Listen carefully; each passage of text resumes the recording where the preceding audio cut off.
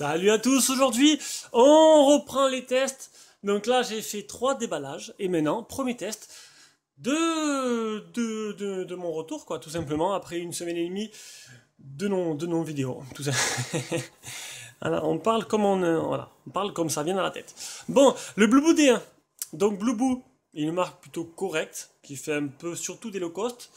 C'est pas non plus la meilleure marque, voilà. Ils sont plutôt pour moi dans le moyen du panier des marques. C'est recommandable, mais voilà, on sait jamais, c'est pas non plus exceptionnel. Tant que ça marche, après, bon, voilà, ils essayent de faire des trucs assez sympas. Là, ils essayent au Mi Mix, le Blueboo avec le Blueboo S1, qui a l'air plutôt joli. Mais bon, entre ce que promettent les Chinois et la réalité, des fois, il n'y a pas grand-chose en rapport, voilà, tout simplement. Donc le Blueboo D1, c'est un smartphone qui est de la boutique Gearbest. Donc ce modèle-là, il n'est pas à vendre. Voilà, il n'est pas à vendre. Et vous comprendrez pourquoi à la fin du test.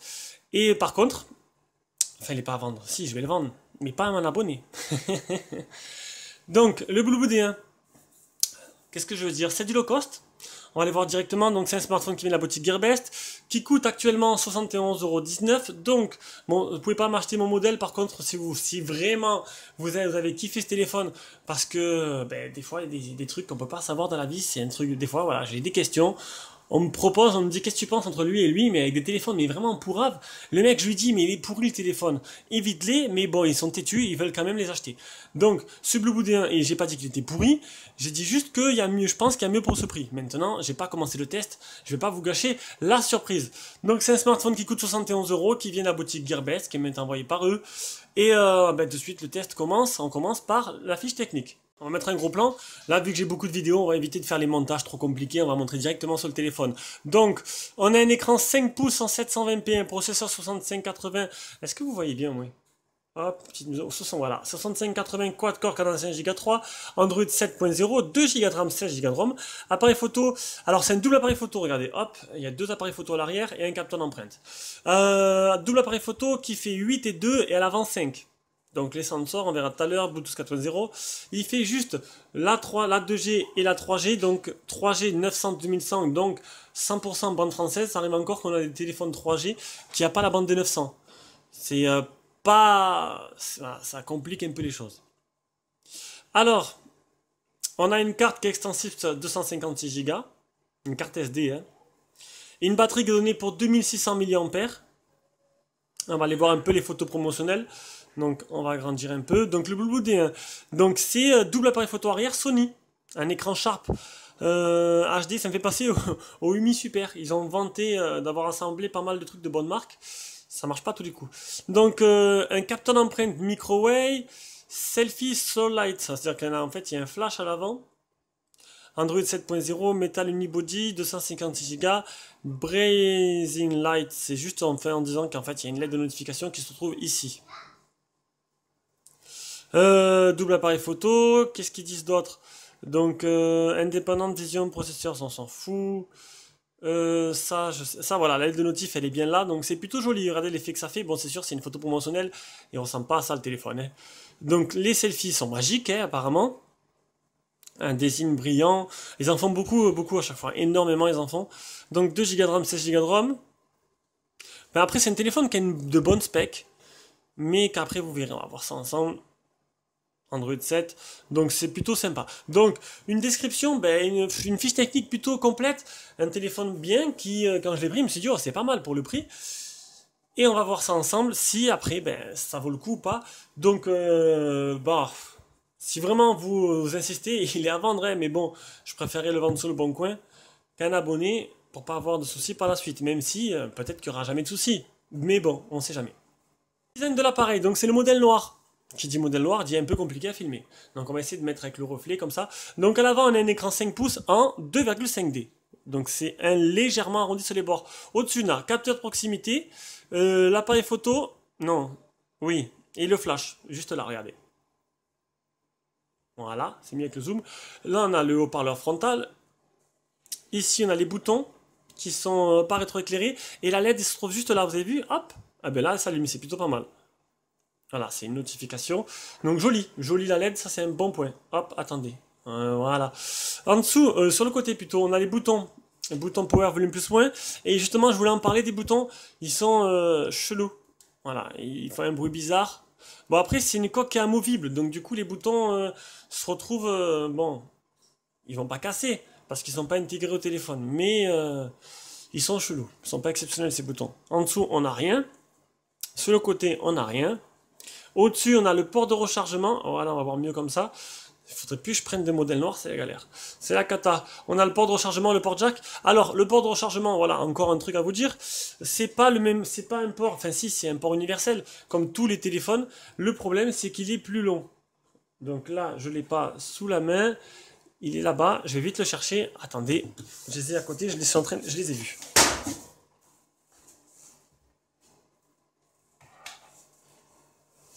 Donc, je vais essayer de vous le montrer. On va essayer de voir ça ensemble. Donc, ça, c'est le câble d'origine. Il est très long, c'est très bien. Alors, peut-être que je dis n'importe quoi, mais... Ah, mais c'est les mêmes. Je sais même pas si c'est lui. Normalement, c'est celui-là qui est fourni avec le Blue Boo. C'est les mêmes, voilà. J'ai fumé. J'ai fumé. Je prends une bonne drogue. Non, je me drogue pas. Mais... Clac. Là, c'est bien enclenché. Et là, non. Vous avez vu? Enfin, vous avez vu, non, vous voyez pas. En fait, là, clac, il claque pas, il s'enclenche pas trop bien, en fait. Donc, du coup, j'ai chargé, ça m'est arrivé plusieurs nuits, 2 nuits, qu'en fait, il chargeait pas. Parce qu'en fait, il s'emboîte vraiment pas par rapport au port d'origine. Alors, c'est peut-être mon câble pourtant, voilà, là, il s'enclenche bien. Mais c'est bizarre, parce que ça a l'air d'être les mêmes longueurs. Donc, c'est pas grave. Donc, oubliez ce que j'ai dit, il n'y a pas de souci avec le port de rechargement. Et à l'arrière, on a une coque en métal, du plastique en haut et en bas à faire passer les ondes, le capteur d'empreinte, le double appareil photo et le double flash LED. Le téléphone, il a, comme c'est très peu en ce moment, c'est très peu, enfin c'est rare, de plus en plus rare, il a une coque amovible. On a accès à la batterie de 2600 mAh, on verra à la fin combien elle fait vraiment. Une micro SIM, donc j'ai bien une puce, hein, c'est bien une brique dedans. Je teste mes téléphones avec les puces. C'est pas parce que dans les tests je suis en Wi-Fi que je l'utilise pas avec les puces, sinon comment j'appelle avec? Des fois on me pose des questions vraiment pourries. Et le capteur d'empreinte, qu'on va essayer de suite. C'est une blague. J'arrive pas à le Ah. Hop. Pendant que ma fille est en train de chanter à côté, alors qu'elle sait que papa y filme, donc le capteur d'empreinte il marche bien. Hop là. Donc ces boutons ils sont vraiment... Ils me plaisent pas moi, ils font un bruit, écoutez. Voilà, ils sont... Voilà. Conception de fabrication, ça aurait pu être un peu plus délicat au toucher. Donc, niveau design, ben, ça va, c'est correct, c'est un joli téléphone. Maintenant, il faut voir après, dans le temps, ce que ça donne. Allez, on passe à l'écran. L'écran du smartphone, donc, comme c'est un modèle noir, ben, il n'y a pas de bordure. Et ça, c'est plutôt joli. Donc, j'ai mis un fond noir, du coup, on a l'impression qu'il y a, voilà, que... Il n'y a pas de bordure en fait, il n'y a pas de délimitation, c'est plutôt sympa. Un écran plutôt joli, les angles de vision sont pas mal, et voilà, rien à dire de spécial sur l'écran, c'est un bel écran. Pour le prix, j'ai pas à me plaindre, j'ai eu pire que ça, il est plutôt sympa. Et niveau réactivité, donc vous le savez, j'utilise SwiftKey comme clavier, comme beaucoup d'entre vous. Pour moi, c'est le meilleur clavier qui existe, c'est surtout qu'il enregistre tout ce que j'écris et qu'en fait après il anticipe, et ça c'est plutôt pas mal, et il corrige bien les fautes.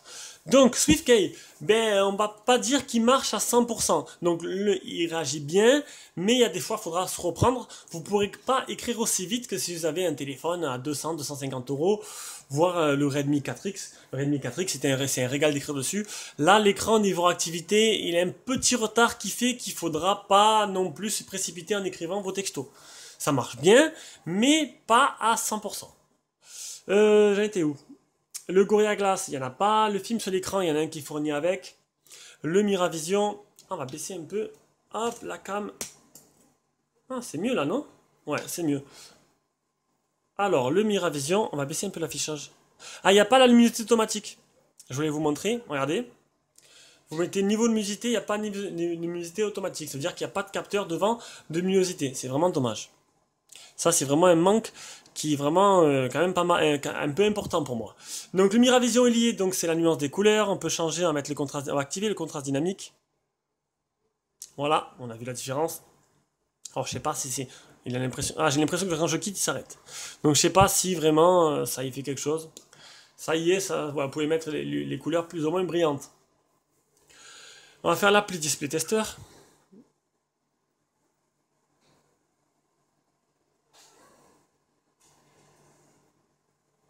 Alors, les pixels morts, les fuites de lumière. Donc pas de fuite de lumière. Hop, une petite mise au point. Il faudrait que je filme avec la caméra la prochaine fois. Je préfère le téléphone, l'angle de vision est plus large quand même. Donc les couleurs sont bien respectées. Le noir est bien noir, jaune est bien jaune. Donc de jolies couleurs, hein. Pas de problème sur l'écran. Le multitouche. C'est un 2 touches. Donc bon, c'est pas exceptionnel. J'ai déjà eu Gretel. Quand on voit Gretel, qu'ils ont sorti un téléphone à 50 euros, qu'ils arrivent à mettre 10 touches dedans. Bon, et c'est vrai qu'après, ils ont fait un truc, c'est leur premier téléphone, ils ont fait vraiment des trucs exceptionnels, Gretel. Assez sensationnel. Et là, ça, belle qualité d'image. Là, on voit bien la qualité de l'écran, ça pète. Hein, c'est vraiment les détails et tout sont plutôt jolis.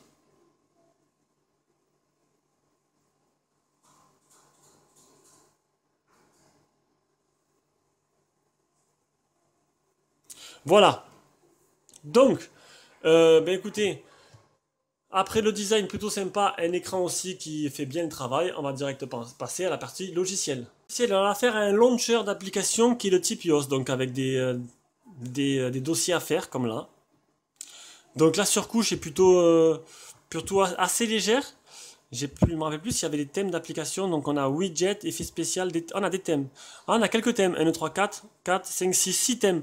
Donc c'est déjà ça. Après, vous voulez plus d'options, vous mettez un launcher différent. Et puis tout simplement, ça le fait quoi. Donc, j'en étais où? Niveau fluidité. Ben, j'avais pas parlé. J'ai pas rencontré de ralentissement sur le téléphone. Donc là-dessus, il n'y a pas de problème. On va aller voir directement les paramètres. Donc on est dit sur Android 7. Les mises à jour, la dernière mise à jour date du 28 avril 2014, j'allais dire 2017. Donc c'est pas tout récent. Il n'y a pas eu de mise à jour depuis. C'est bien le Mobile Blueboot D1. Dans l'accessibilité, on a le Smart Wake. Donc c'est le double tap sur l'écran avec les gestures. On a le Flip Silence, Flip Phone to Mute Ringtone. Vous tournez le téléphone, si je dis pas de bêtises. Répondre au téléphone quand vous mettez à l'oreille. Donc ça, j'ai désactivé. Et surtout ça. Alors, quand j'ai eu le téléphone, j'étais énervé de quelques jours de test. Parce que, en fait, je recevais pas mes notifications. Et ça me rendait dingue. Et en fait, vous allez donc dans Accessibilité. Pure Background. Ouais, je suis 100% bilingue. Et en fait, il faut l'activer et dire les applications qui ont accès aux notifications. Sinon, elles sont toutes gelées. Et en fait, au début, je ne recevais pas de notif, ça m'énervait grandement. D'ailleurs, j'ai eu des problèmes avec GSAM. Et bon, vous verrez tout à l'heure. Après, donc on continue, lecteur d'empreinte, on l'a fait. Le Duraspeed, c'est pour activer l'application qui est en premier plan. Hop, on fait une petite mise au point. Donc il reste la mémoire 1,9 sur, c'est bien 2 Go de RAM. Donc sur 1,9 il reste 754 de dispo. Le stockage sur 16 il reste 1144. Donc pour ça c'est bon. Les options de launcher je les fais, les mises à jour je les fais au stockage. On va faire Phone Tester, voir les capteurs du téléphone. Phone Tester, il est là. Les états du capteur. Alors, qu'est-ce qu'il y a comme capteur? L'accéléromètre, le capteur de lumière et le capteur de proximité. Sauf qu'il n'y a pas le capteur de lumière. C'est bizarre parce qu'il y a un capteur de proximité qui normalement fait capteur de lumière en même temps, mais il n'y a pas de luminosité automatique. Donc, c'est vraiment dommage. C'est vraiment dommage. On va faire maintenant... Ah, l'écran, j'ai oublié de faire le screen touch test. Je vais le faire maintenant. Je suis désolé, je reprends les tests. J'ai mes anti-chèches, c'est juste à côté que je suis en train de regarder en même temps. Donc il me reste le OTG et le malware. Donc on va aller voir dans la galerie le test anti-malware. Il est là. Donc la ROM, elle est infectée par un malware qu'on ne peut pas supprimer, bien sûr. Et c'est la météo. Voilà, c'est l'option météo qui est malware. Donc qu'est-ce que ça va faire à la longue? Peut-être des pubs qui apparaissent. Pour l'instant, moi, j'ai rien eu. Donc du coup, on verra bien. Je sais pas quoi vous dire. Je vous dis juste qu'elle est infectée. Maintenant, si vous arrivez à l'enlever, bravo, faut sûrement le route. Donc la RAM, donc 1,973, la vitesse de copie 1469 0,63 bits secondes. Voilà, je sais pas quoi dire. Et la vitesse d'écriture 106 et d'écriture 38 sur la mémoire interne. On va faire le OTG.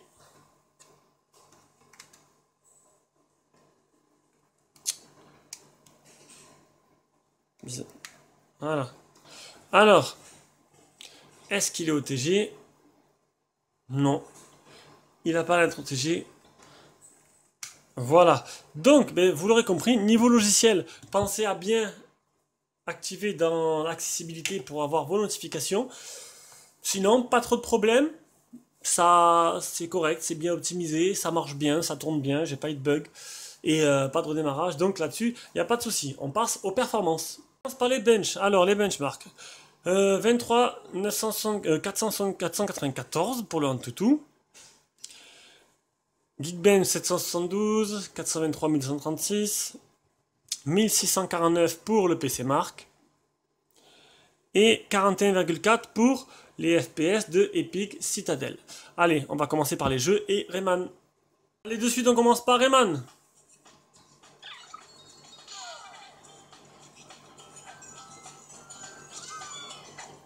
Ah ben là, il est pas sous stéroïde, Rayman. Hein.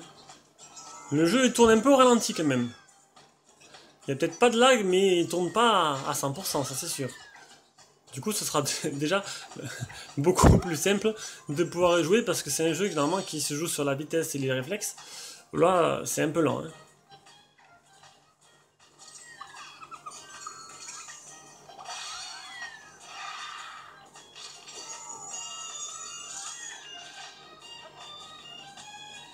Bon, vous l'aurez compris, il n'est pas à 100% de ses capacités et donc voilà, il a un peu du mal à tourner. On va directement passer à D-Trigger 2. Donc, D-Trigger 2 qui tourne en performance bas, moyen, élevé. On va mettre en performance élevée tant qu'à faire.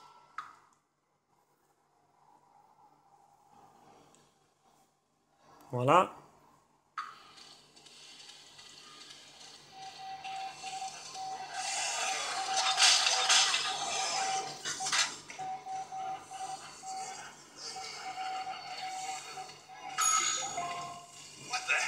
Déjà, le son du téléphone a l'air plutôt pas mal. On verra ça tout à l'heure, mais ça a l'air d'avoir un bon petit son. Hein.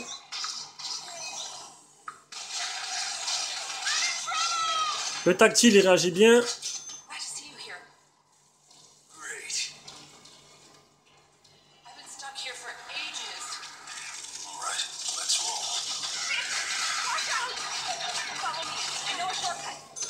Bon, c'est plutôt pas mal. On va passer à Real Racing 3. Et Real Racing 3, tapoter pour continuer. L'accéléromètre, c'est bon.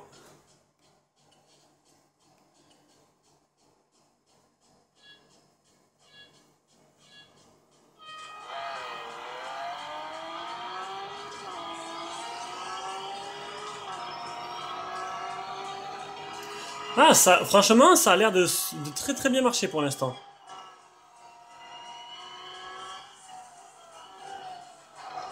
Il n'y a pas trop de ralentissement. Bon, ça lag un chouillasse, même si c'est tout à fait jouable quand même. Hein.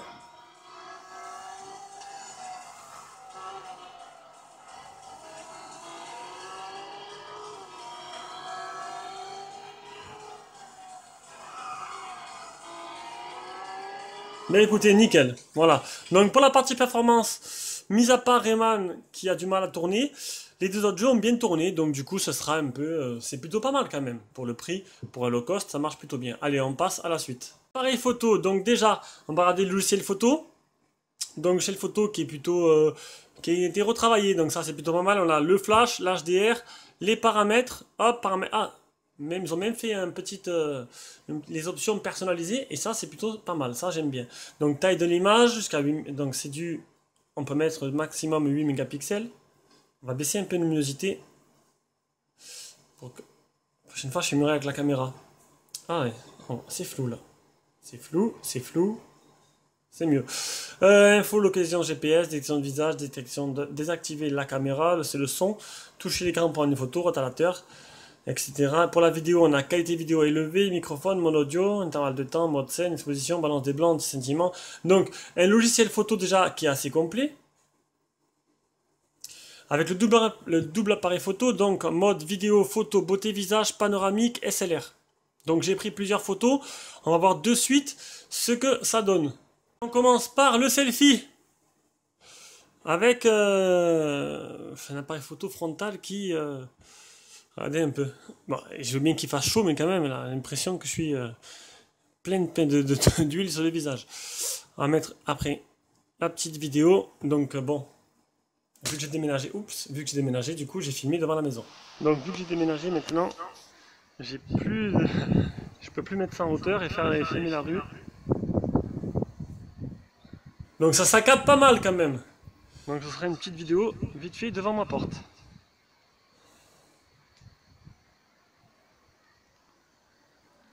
Pas mal de saccades quand même sur la vidéo.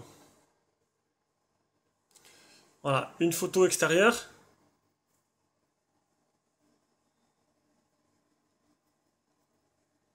Une autre photo extérieure, vous avez vu que c'est très sombre les vidéos, les photos plutôt, peut-être que j'augmente. De toute façon, vous verrez la photo en plein écran, donc au moins... Ah, le voisin qui est en train de faire du bricolage. C'est pas grave, allez, on va finir. Là, c'est la fameuse photo avec le mode SLR. On peut voir que tout autour, c'est un peu flou. Les photos du déballage. Bon, c'est pas trop mal, je trouve, pour le prix, hein. J'ai trouvé que, regardez un peu le rendu de la qualité. C'est pas mal du tout. De toute façon, vous les voyez en plein écran, ça vous permet de nous faire une idée un peu plus précise. Merci au voisin qui bricole. Bon, on peut pas l'empêcher de bricoler puisqu'il vient d'emménager. Je sens que je vais en bouffer pendant quelques temps. Tant qu'il fait pas ça le soir à 8 h du soir, ça sera très bien. Donc, la photo, c'est fait. On passe directement au GPS. GPS avec un très bon GPS. 9 satellites fixés, 8 fixés sur 9. C'est pas énormément énorme, mais bon, j'ai une marge de 2 mètres. Donc c'est plutôt pas mal. Il a très très bien marché. On enchaîne directement par la partie audio-vidéo. On va regarder une vidéo sur YouTube, on va écouter le son et le port jack. Une petite vidéo de YouTube sans le son pour éviter les problèmes. En 720p.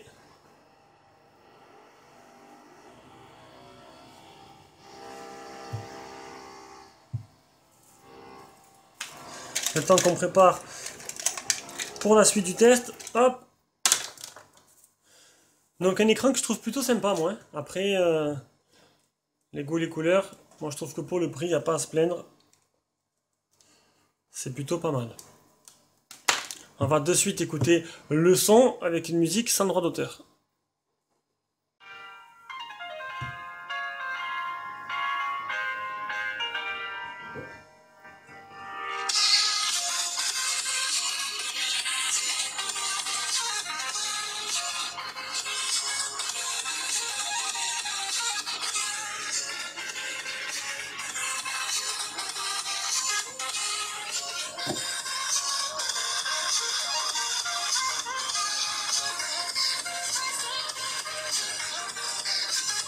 Bon, c'est plutôt pas mal, hein. Ça se défend bien. C'est pas non plus une chaîne hi-fi, mais le son est plutôt correct.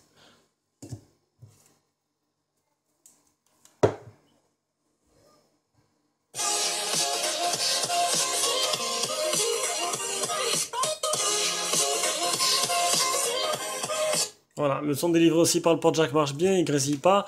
Donc là-dessus, c'est plutôt pas mal. Alors, on arrive... ah oui, on arrive à la qualité des communications. Donc, elle est correcte. Dans le moyen, j'ai eu un petit souci. Donc, je sais pas pourquoi. Je sais pas. Donc, en fait, j'ai une puce Soch que j'utilise dans mon Edge. J'ai une deuxième puce Soch qui était dans lui. Le truc, c'est que, en fait, là, vous avez vu, vous avez Bouygues, j'ai bien le réseau. On va voir de suite, je vais appeler mon répondeur. C'est quoi le répondeur Bouygues? Je me rappelle plus c'est quoi le répondeur Bouygues. On va vite appeler le 123. Allez hop. 123. Je peux écouter le haut-parleur de tête s'il marche bien. Donc le haut-parleur de tête marche. Je fais ça parce qu'en fait, quand je l'ai testé, toute la journée, j'ai appelé, mais j'ai appelé ou en Bluetooth ou en filaire, avec le port jack. Et en fait, le soir, j'ai passé un coup de fil, j'entendais rien, je comprenais pas. Et je me suis rendu compte que le haut-parleur de tête ne marchait pas. Mais, donc du coup, j'ai dû refaire plusieurs fois le test, parce qu'en fait, je sais pas pourquoi, mais avec la puce, ça m'a pas marché pendant 2-3 heures, le haut-parleur de tête, voilà. Il n'y avait pas de son du tout qui sortait. Donc je l'ai mis de côté, j'ai ouvert un ticket Gearbest, j'ai dit le haut-parleur de tête ne marche pas, ils m'ont dit essaie avec une autre puce, essaie ici, c'est ça. J'ai mis la puce Bouygues dedans que je venais de recevoir, et miracle, ça marche. Alors je sais pas pourquoi, je pense que j'ai eu un problème avec ma Soch, parce qu'avec la puce Soch, la deuxième, impossible d'avoir internet. Je mettais celle du Zug Edge, j'avais internet de suite, je mettais la Bouygues, j'avais internet, avec ma puce Soch, la deuxième, impossible d'avoir du réseau internet. J'ai tout fait, internet ne s'activait pas. Et le haut-parleur, ben, déconné. Donc, allez savoir si c'était vraiment une panne occasionnelle, je sais pas pourquoi, ou c'est peut-être avec la chaleur, je sais pas. Mais en tout cas, maintenant, ben, elle marche bien. Pour l'instant, là, j'ai essayé, ça marche. Depuis que je l'ai, ça a marché juste, il y a juste un jour où ça marchait pas. Mais voilà, j'ai pas de problème, j'ai fermé le ticket Gearbest. Et maintenant, le haut-parleur marche correctement. Donc, je préfère vous le dire, je suis pas là, je suis pas payé par les marques. Donc, il m'est arrivé ces petits incidents. Est-ce que c'est général, est-ce que c'est à cause de ma puce Soch? Probable. Est-ce que c'est à cause de la chaleur? Possible. Je peux pas vous dire. C'est d'ailleurs pour ça que ce téléphone, je ne le vendrai pas à un abonné. Pour l'instant, il marche, mais je sais pas ce que ça va donner par la suite. Voilà, voilà. Donc, on va maintenant passer au réseau, donc qualité du Wi-Fi. Ah, là, je peux le faire. Donc, le Wi-Fi, il est tout en bas. Là, on est tout en haut. Bien sûr, je suis pas connecté. Et oui, je suis connecté en 3G. C'est pas grave. Donc, le Wi-Fi, j'ai pas eu de problème. Quand j'étais à l'ancien appart, j'ai pas eu de problème. Il marchait très bien. Le réseau 3G 4G, donc c'est seulement 3G. Vous pouvez le voir là. J'ai pas de 4G, donc je suis 3G, toute bande française, 900, 2100. Là-dessus, il n'y a pas de problème. On va passer à l'autonomie. Une batterie qui est donnée pour 2600 mAh. Et j'ai mesuré à... On revient en arrière. Hop. Donc la batterie, je l'ai mesurée à 2167. Voilà. Donc c'est pas exactement 2600. Et à utilisation générale, sur une journée type, bon, j'ai eu un souci pareil, voilà, j'ai eu un souci logiciel avec GeoSam à cause de ces fameuses notifications. Donc ils disent que j'ai utilisé 120. En fait, le soir, il me restait quoi, 10%. Je me dis, oh, c'est bon, nickel. Et quand je vais pour faire le capture d'écran, bam, le téléphone, en fait, il s'était éteint. Donc quand je l'ai allumé, il m'a marqué ça. Donc le téléphone m'a duré 14 heures, compté plus 13 heures, 13h15 en utilisation sur une journée. Donc c'est pas non plus exceptionnel. Regardez pas là, hein, j'ai pas appelé pendant 13h56. J'ai pas appelé, ah si, j'ai appelé 31 minutes, mais j'ai pas utilisé le téléphone pendant 5h38. Je sais pas, il y avait voilà, le GSAM, il a pété les boules. Il a pété les plombs avec ce téléphone. Donc, une autonomie assez basse, pas exceptionnelle. C'est fini. Alors, conclusion. Ah non, je voulais montrer le PC Mark. J'ai pas fini. PC Mark, 4h35 pour la batterie. Donc, on peut voir que la batterie est pas très grosse. Donc, conclusion de ce téléphone. Donc, si vraiment, ben, je peux pas empêcher les gens de l'acheter, mais si vraiment ben, vous êtes intéressé, il est bon, j'ai rencontré quelques petits soucis avec. Maintenant, c'est peut-être mon modèle et pas les autres. Actuellement, il marche parfaitement. Maintenant, dans le temps, j'en sais rien. Mais bon, voilà, vous avez le test du Blue Bull D1, au moins c'est fait. Ça permettra aux gens qui cherchent un test de ce téléphone, ben, vous l'aurez que chez moi, parce qu'il n'y a que moi qui fais ce genre de téléphone. Et ben voilà, vous êtes contents, ça me fait plaisir de vous rendre service. Donc si vous voulez l'acheter, il y a un lien d'achat, on ne sait jamais. Il ne faudra pas venir râler derrière, hein, vous êtes prévenus. Sinon, ben, passez votre chemin, achetez un autre téléphone au même prix, il y a mieux. Voilà, bisous à tous, ce test est terminé. Je pense que niveau vidéo, c'est fini pour aujourd'hui. Je vais juste déballer le Xiaomi Wacom pour pouvoir le mettre en place chez moi et commencer le test. Bisous à tous.